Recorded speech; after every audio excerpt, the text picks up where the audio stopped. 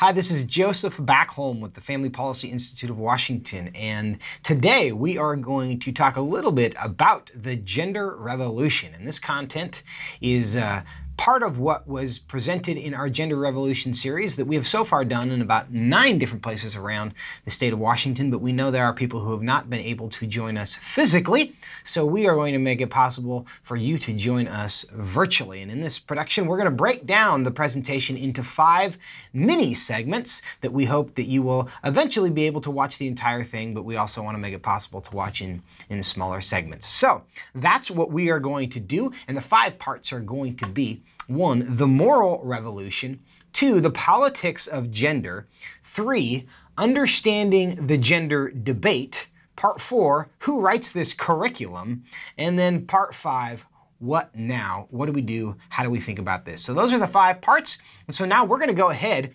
with the moral revolution, because what we are in this whole gender conversation that we are all part of, really the question that so many of us have is, why in the world are we arguing about bathrooms? And we have, in the last year and a half really in the country, moved from a situation where this was not a conversation any of us had. We weren't really curious about the difference between men and women because we thought it was pretty obvious. We never spent any time thinking about where people went to the bathroom.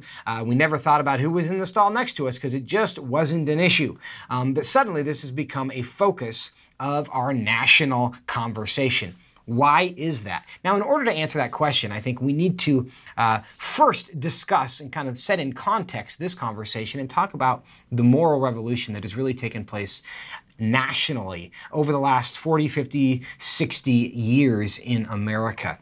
There's a British theologian by the name of Theo Hobson who described the components of a moral revolution. He said there's 3 parts.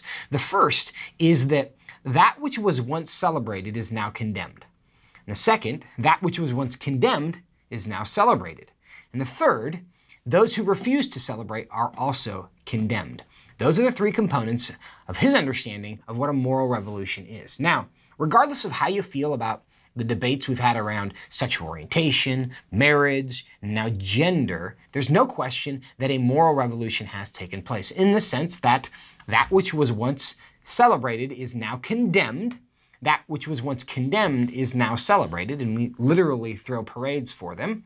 And then and those who refuse to celebrate are also condemned. And we all know the stories of the small business owners who are literally condemned and legally punished if they decide they do not want to celebrate a particular event. So this moral revolution has taken place. And you'll see here up on the slide this picture of the White House on June 26th, 2015. That was the date that the United States Supreme Court in the Obergefell decision redefined marriage. And they discovered, buried in the nether regions of the Constitution, apparently, this right to marry somebody of the same gender that since 1787, nobody else had found it. But on June 26, 2015, voila, there it was. And of course, President Obama was supportive of that decision, and so he lit up the White House in rainbow colors. Now, that day and that moment was something of a climax for a movement that had been working toward that moment for generations. And the LGBT political lobby had identified the fact that marriage was defined exclusively as a relationship between a man and a woman as the great civil injustice that must be remedied. And of course, from their perspective, on that day, it was remedied. So the question is, what do you do when you've spent decades working toward a particular goal, saying this is the reason that we exist, this is the injustice that we need to fix, and then you fix it? Do you declare yourself to be obsolete? Do you determine that we are no longer necessary, we don't need your money anymore, we're going to go get a job, building houses or being artists or whatever that is? And of course the answer to that is no. And so what happened is on that date there was a pivot within this political lobby and this political machinery that existed that has become an integral part of the left's political operations, the LGBT movement, and all of the money that it funnels to various progressive campaigns. They weren't going to declare themselves obsolete, but they needed another cause.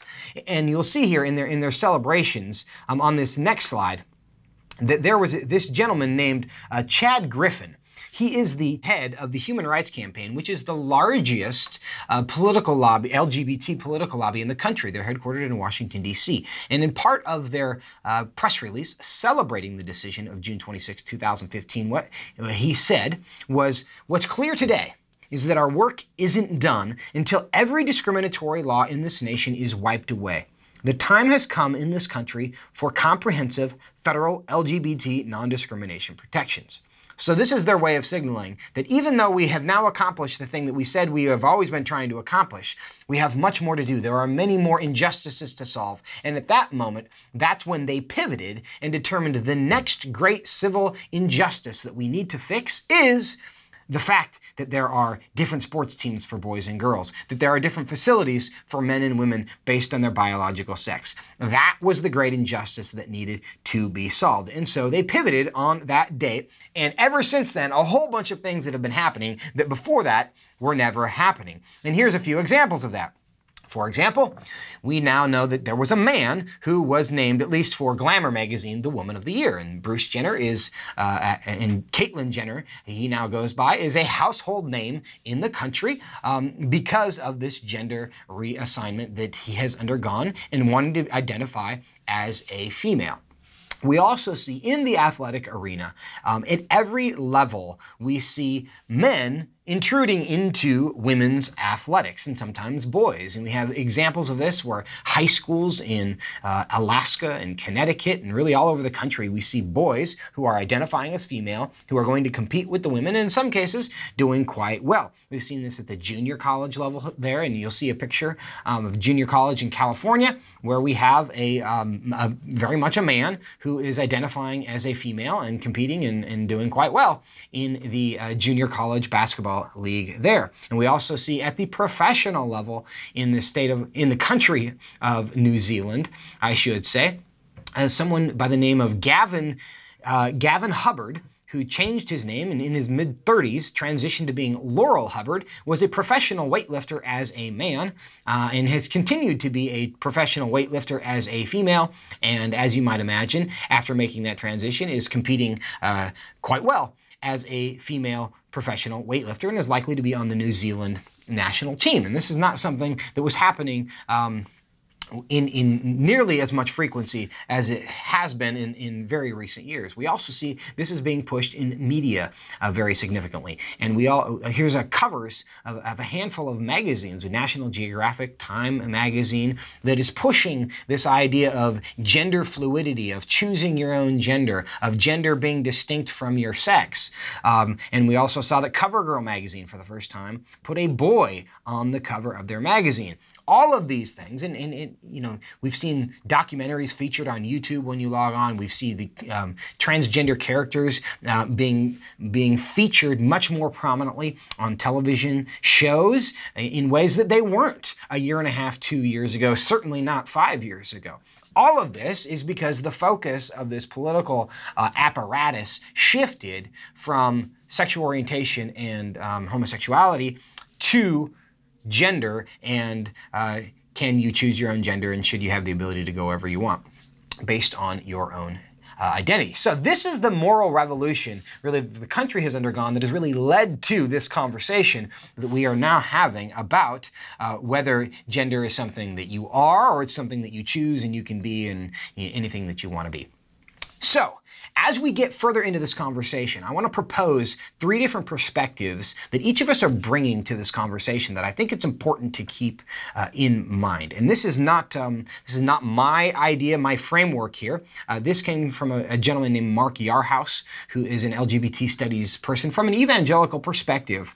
And he described 3 different perspectives. The first is the integrity perspective. These are essentially the lenses that people come to, the assumptions that we make about the world as we enter into a conversation about gender identity and gender expression. So this would be somebody from the integrity perspective.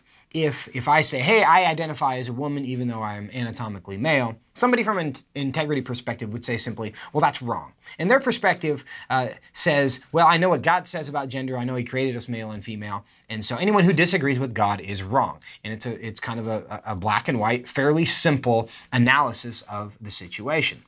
The second perspective is the disability perspective. And that perspective says, well, a male who claims to be female, I don't necessarily have a theological conviction about that, but I would say to that, that's disordered. There's something disordered about a man who believes he's a woman or a woman who believes he's female. Now, you can say that in a compassionate way. You don't need to be judgmental and nasty about it. But to that person who brings the disability perspective, it's clear evidence that there's some kind of challenge there that that person is dealing with. And I don't think anybody denies that gender dysphoria exists, that it's a real thing. But the disability perspective says that perspective is a disorder. We can find help for you, but what we're not going to do is necessarily say, okay, gender doesn't really exist outside of one's mind and we should be able to, declare ourselves to be whoever we want. So that's the disability perspective. But the third perspective is the diversity perspective. And the diversity perspective would encounter somebody a male claiming to be female, and they would say, that's beautiful.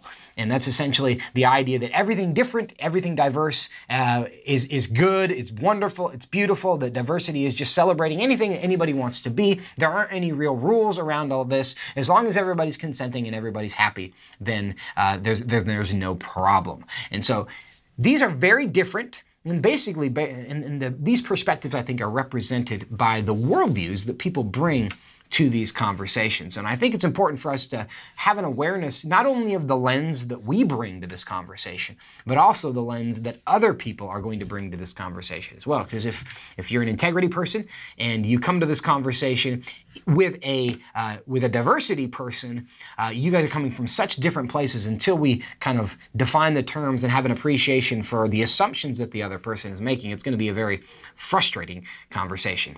So that's a little bit about the moral revolution, but we hope you'll join us in part 2 as we get ready to talk about the politics of gender.